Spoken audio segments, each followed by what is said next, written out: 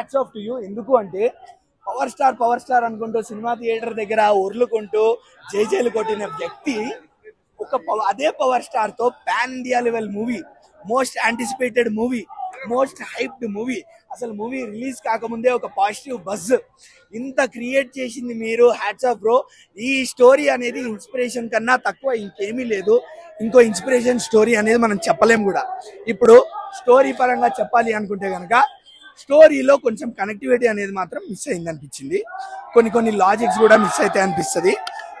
So అంటే power star Pawan Kalyan గారి charisma, ఆయన తాలూకా స్క్రీన్ ప్రెజెన్స్ మీదనే ఎక్కువ కాన్సన్ట్రేట్ చేయడం వల్లనో, లేకపోతే కల్ట్ ఫ్యాన్స్ కి, పవన్ కళ్యాణ్ గారి ఫ్యాన్స్ కి పవన్ కళ్యాణ్ గారి స్క్రీన్ ప్రెజెన్స్ తోనే ఫుల్ మీల్స్ ఇచ్చేద్దామన్న మైండ్ సెట్ లోనో తెలీదు. బట్ యా, స్టోరీలో కొంచెం కనెక్టివిటీ అనేది మిస్ అయింది, కొంచెం లాజిక్స్ అనేవి కూడా మిస్ అయ్యాయి. సో ఈ ఒక్క చోట స్టోరీలో కొంచెం స్ట్రెస్ చేసి, అంటే మూవీ కూడా మళ్ళీ స్టోరీ బేస్డ్ లోనే నడుస్తూ ఉంటుంది. అలా అని స్టోరీ ఎక్కడా లేదు అని చెప్పను, స్టోరీ ఉంది. స్టోరీ బేస్డ్ మూవీ, చాలా లెంగ్తీ స్టోరీ కూడా, అందుకే మనకు పార్ట్ 2 టైటిల్ కార్డు కూడా వేశారు. బట్ ఆ స్టోరీ అనేది ఇప్పుడు పార్ట్ 1 లో చూపించిన కాడికి ఆ స్టోరీలో కనెక్టివిటీ అనేది మిస్ అయిందని చెప్తా. అండ్ లాజిక్స్ అనేవి కూడా మిస్ అయ్యాయి. సుజిత్ గారు ఆ ఒక్క పార్ట్ లో ఇంకొంచెం వర్క్ చేసి ఉంటే, ఇంకొంచెం హోంవర్క్ చేసి ఉంటే చాలా బాగా వర్కౌట్ అయ్యేది. అదొక్కటే మాత్రం డిసప్పాయింటింగ్ గా అనిపించింది. అదొక్కటి ఎక్స్పెక్ట్ చేయలేదు నేను. బట్ మిగతా అంతా బాగుంది. ఇంకొకటి డిసప్పాయింటింగ్ పార్ట్, మీరు విలన్ ని ఎస్టాబ్లిష్ చేయాలి.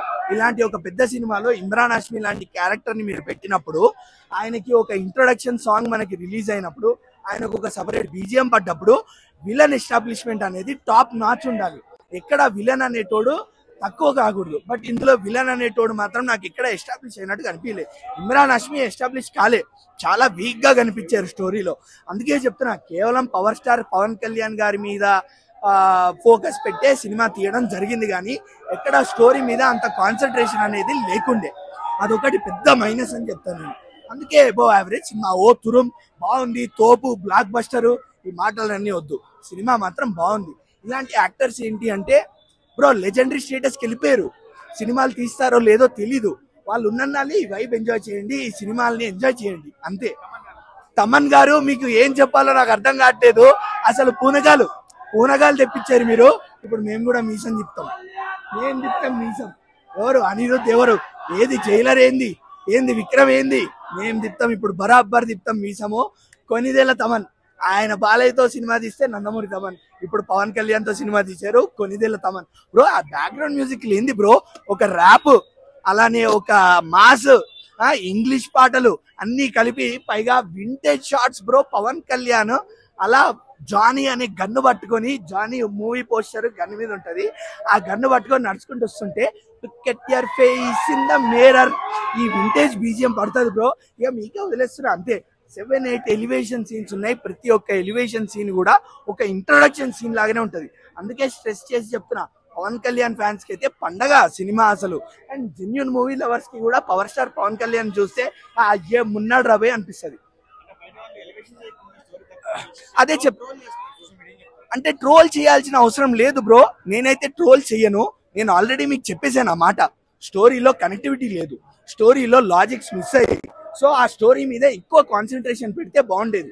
చాలా లెంగ్తీ స్టోరీ అవడం వల్ల, పవర్ స్టార్ పవన్ కళ్యాణ్ అవడం వల్ల మేబీ సుజిత్ గారు హ్యాండిల్ చేయలేకపోయారేమో, రెండు ఈక్వల్ గా అనిపించింది.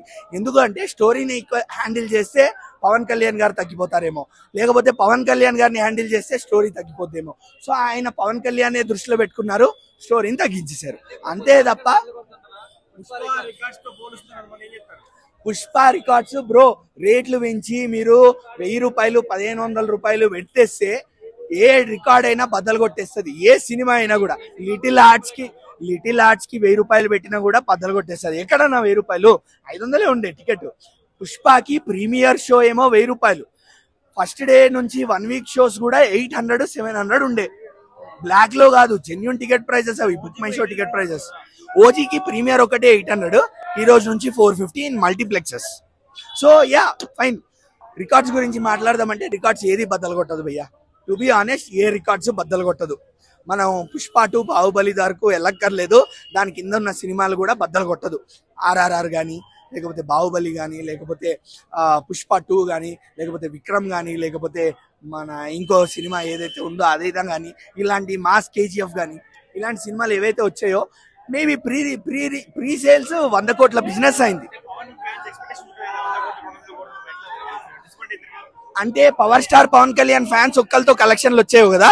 సో అందరు మూవీ లవర్స్ కి కూడా మూవీ నచ్చాలి కదా. సో ఆ కోణంగా ఆలోచిస్తే మాత్రం జనాలు వెళ్ళరేమో, లేకపోతే అంత ఇంట్రెస్ట్ చూపి